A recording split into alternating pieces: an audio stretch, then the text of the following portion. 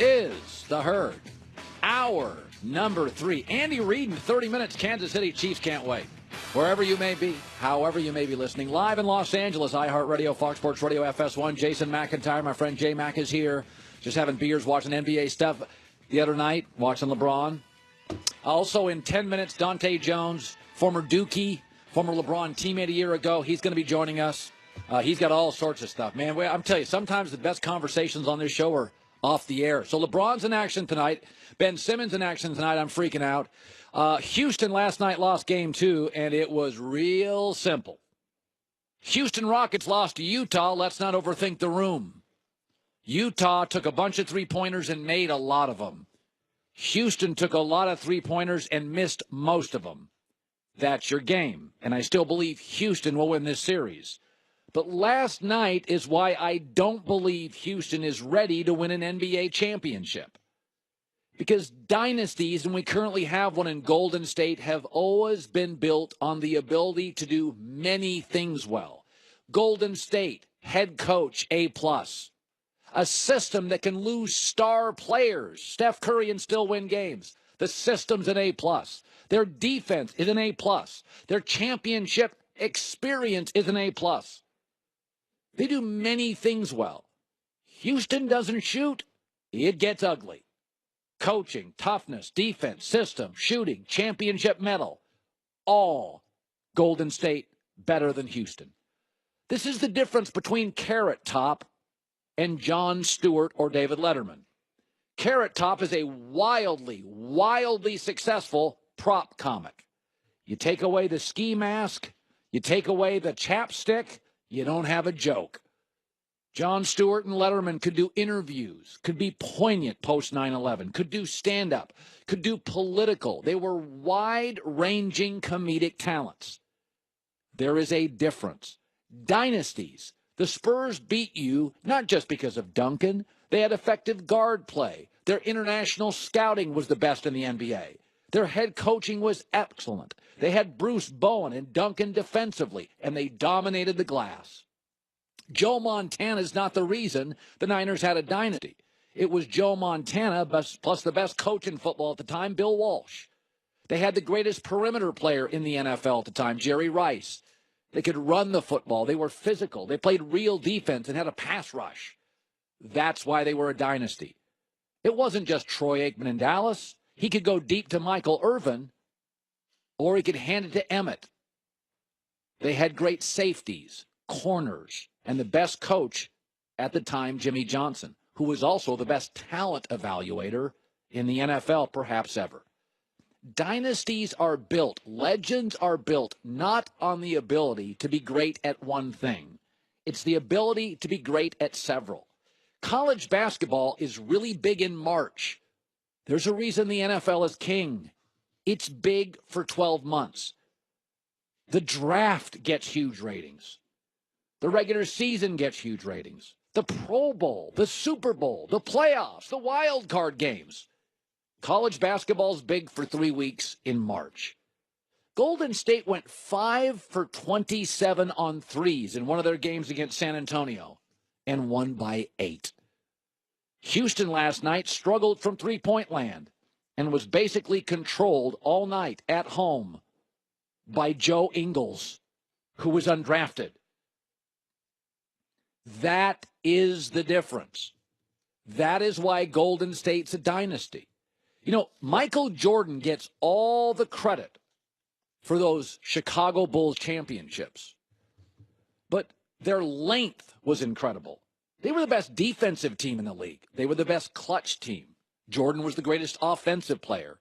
Pippen was the league's best Robin to Batman. And Phil Jackson was the best coach. And God, they were tough to beat at home. Houston always feels like, to me, they're a math equation. I love their GM, Daryl Morey. I think they're really, really smart. They're driving this analytics thing. But, man, if they don't hit threes at home, Joe Ingles takes them to the woodshed. I like Houston. I still think they'll beat Utah. But what you're watching at Golden State is all-time stuff. What you're watching with the Rockets is a hell of a math equation and a really good basketball team. Let me shift gears to Charles Barkley.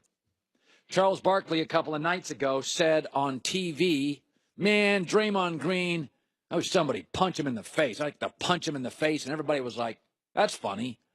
And then after a couple of hours of the internet and pressure from advertisers in the league and executives, Charles Barkley apologized. Although last night it was very, very interesting. He didn't actually apologize, or did he apologize? It was a non-apology apology. Go ahead, play the tape, Charles Barkley, last night. I apologize to Draymond Green. I meant what I said. I meant what I said.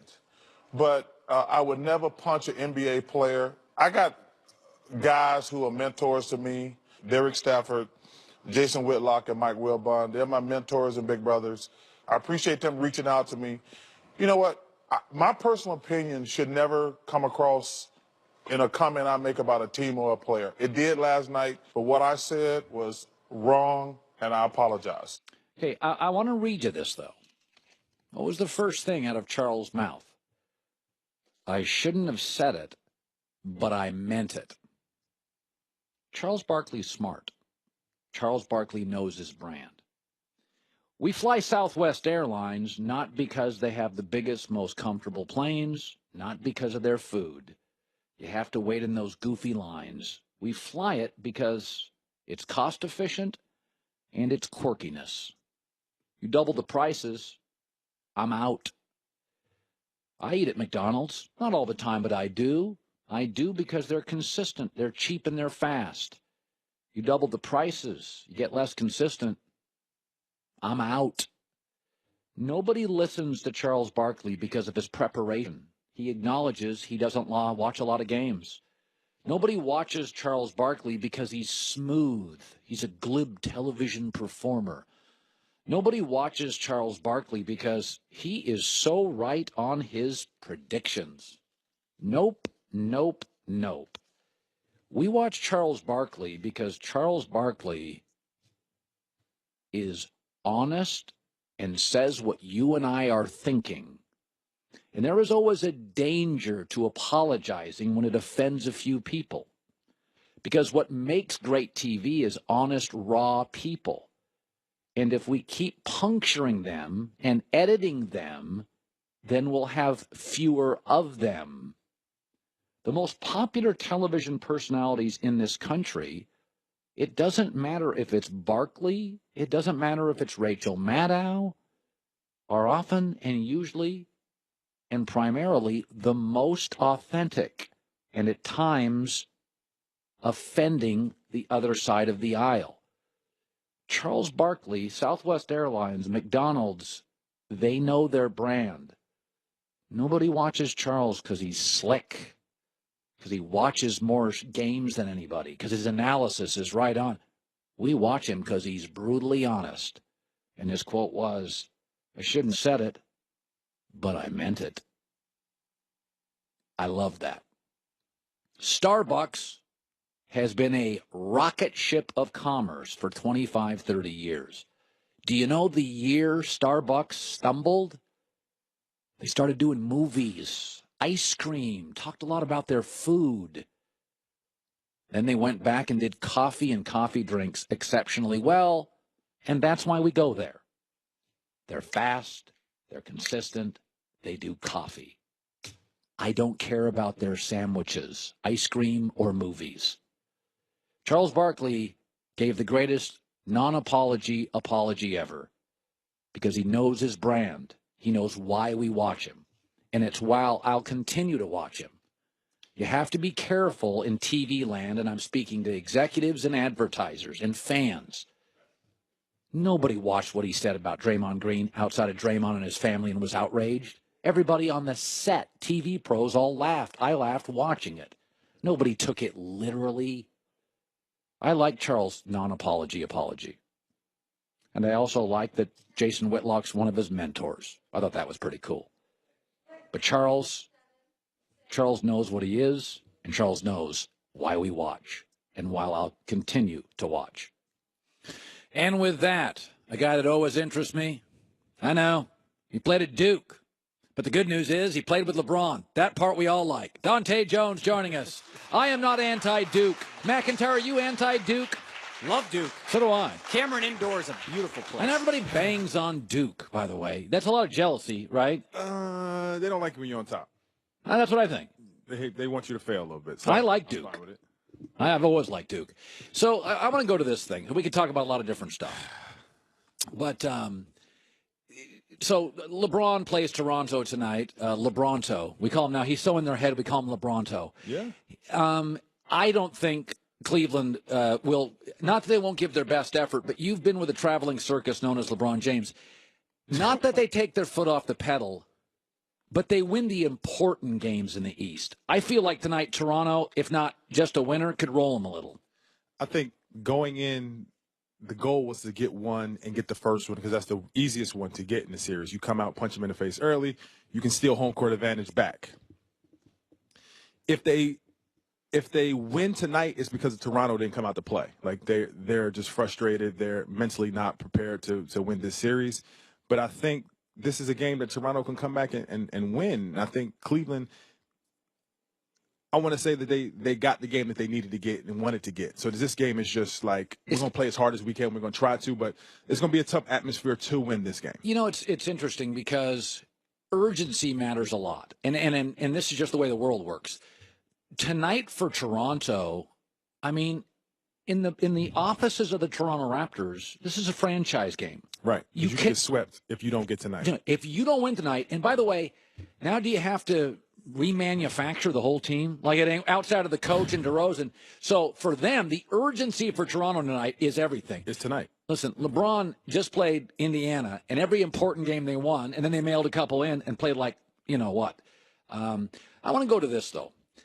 I find it funny and I think, like, you went to Duke, so there's a built-in animosity about Duke. It's just the way it is. But I had the same animosity, too, before. You didn't like him? When I transferred, because I transferred from Rutgers University, before I went, Duke recruited me, and they went through my father and my AAU coach. And I was going to look at Carolina, Arizona, Cincinnati, Georgia Tech. These were the schools that I had in my mind as a 19, 20-year-old kid. This is where I'm going to go to school. Okay. And when Duke called, my dad was like, "You're taking that visit." And I said, "No, I'm not. Like, just as a rebellious young man, you're one of those. I'm not taking it. I don't like Duke. I don't like K. I don't like all these things. Just for like the perception of what I thought I would like." But my dad father made me go. And when I took the visit, there was no other school for me than that. Like, just getting a chance to sit there and talk to Kay and see what the school's about and see why they perform and how they perform the way they do and the chip he has on his shoulder. So why did you resent them? Because of the public perception. And mind you, I understand all the hate. Like, it's an elitist hate of just being successful. Sometimes we hate the Yankees. We hated the Lakers. We hate the Cowboys. Nobody hates the Raptors. No. Nobody hates the Charlotte Hornets. We root for them. Right. We hate who we can't be. Right. Largely.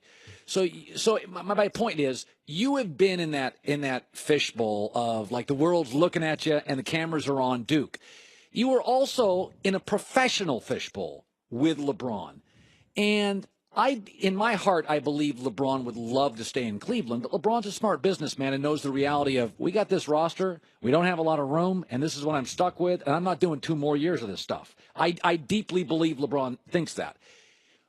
I don't, not just because I'm here, but the LA thing, I hear all these media members and how good would it make them. Let me get this straight. So LeBron and Paul George are going to join Brandon Ingram, Kyle Kuzma, Lonzo Ball, and a very good young coach, Luke Walton. Jason Hart. Who's that? Josh Hart, I'm sorry. Yeah, he had a great rookie year. And they're not going to be the second or third best team in the league? Like, I mean, it's somebody that's played with LeBron. What does LeBron think? I mean, how would he not? I hear this. Well, the Lakers with LeBron would be, what? Look at this roster in Cleveland right now. Anytime you add LeBron James to a group of energetic basketball players who love to play the game and compete and can shoot, they're dangerous. Like that that Laker lineup that you just gave with Brandon Ingram, who we don't know what he's going to be, but we know that he's going to be something special because right now he's at the beginning of his career. He's averaging 16.5, second year in the league. He's a 22-year-old by kid. himself without somebody better than him. that is dangerous. And if you add Paul George and LeBron James to help him grow in the right direction, to give him an example to work with and to show him what he needs to do to be great, that's something that you have to consider at a high level. With the city of Los Angeles, who has a president who has direction, who has always been successful in anything he's done. Magic, yeah. Like that, I don't understand how you turn that down, or that's not a top priority of yours to go and consider. Yeah, this is interesting with Paul George. I'm not here to blame, Westbrook. I've made my opinion known that I think he's a dynamic talent, but difficult to play with, and sometimes a little bit of a head case. But be that as it may. There is something, I'm hearing a lot of this too, Dahntay. Well, Paul George had an off year. And I'm like, not really. He had a horrible playoff game to end the season. How do you view Paul George? I view Paul George, Russell Westbrook, and Carmelo Anthony in a bad offensive scheme for them. I told you this before. And Steven Jackson said it to you either yesterday or the day before. That their offense is not for them. And Michael Jordan didn't win championships until who came in town? Phil Jackson, who had the direction as a leader and an offensive scheme that matched the talent they had on their roster. You can't I think those are surface level conversations when we say, oh, give me this player and we'll win. No, give me this player and match him up with this scheme that works for him, and then we have a chance to win. But if you get a player and the wrong scheme, if you had LeBron James, he's running the Princeton offense, that wasn't good.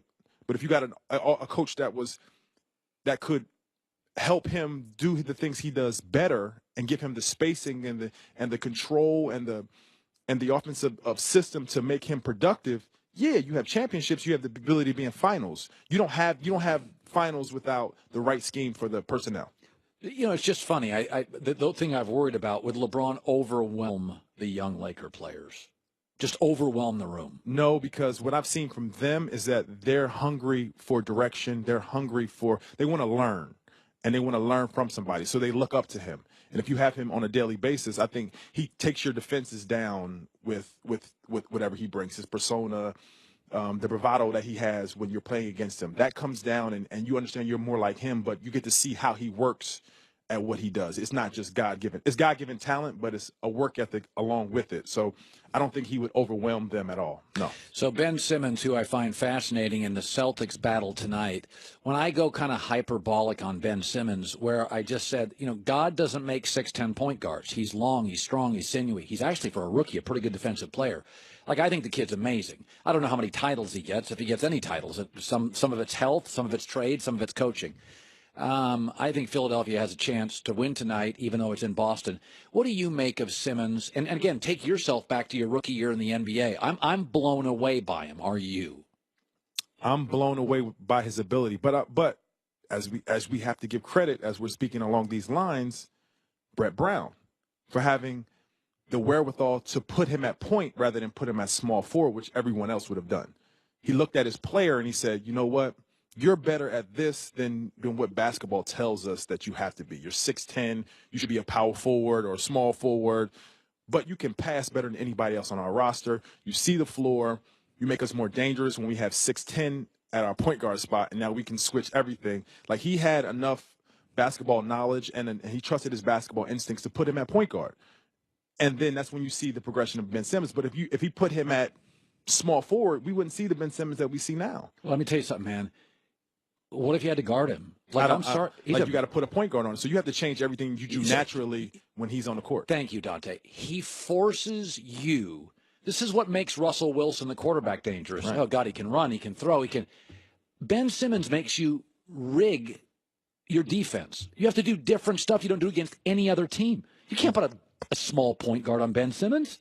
Right. I mean, I think he's a matchup nightmare. Dahntay Jones, 13 years in the league, a former Dookie. By the way, were classes hard at Dookie? Yes.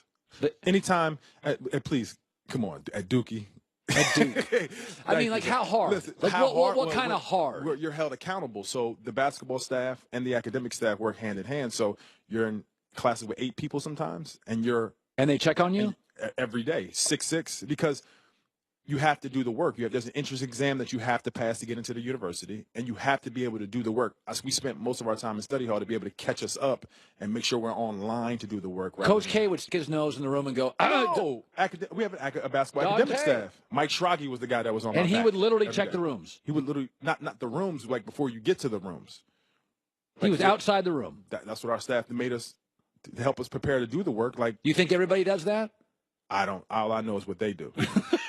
I can't speak for You everybody. think they do else. that at Carolina? I don't think so, but hey, more power to them.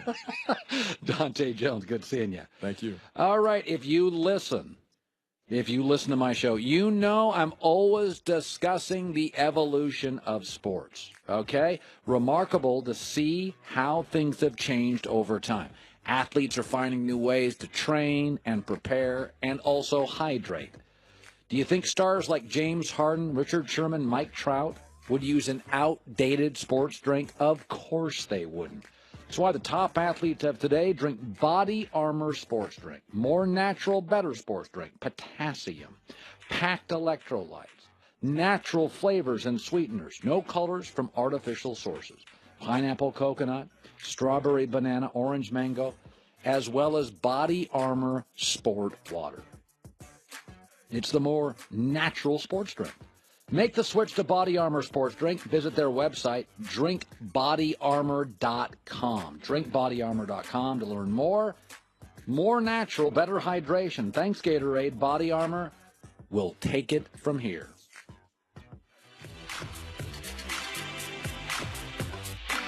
Driving a race car is like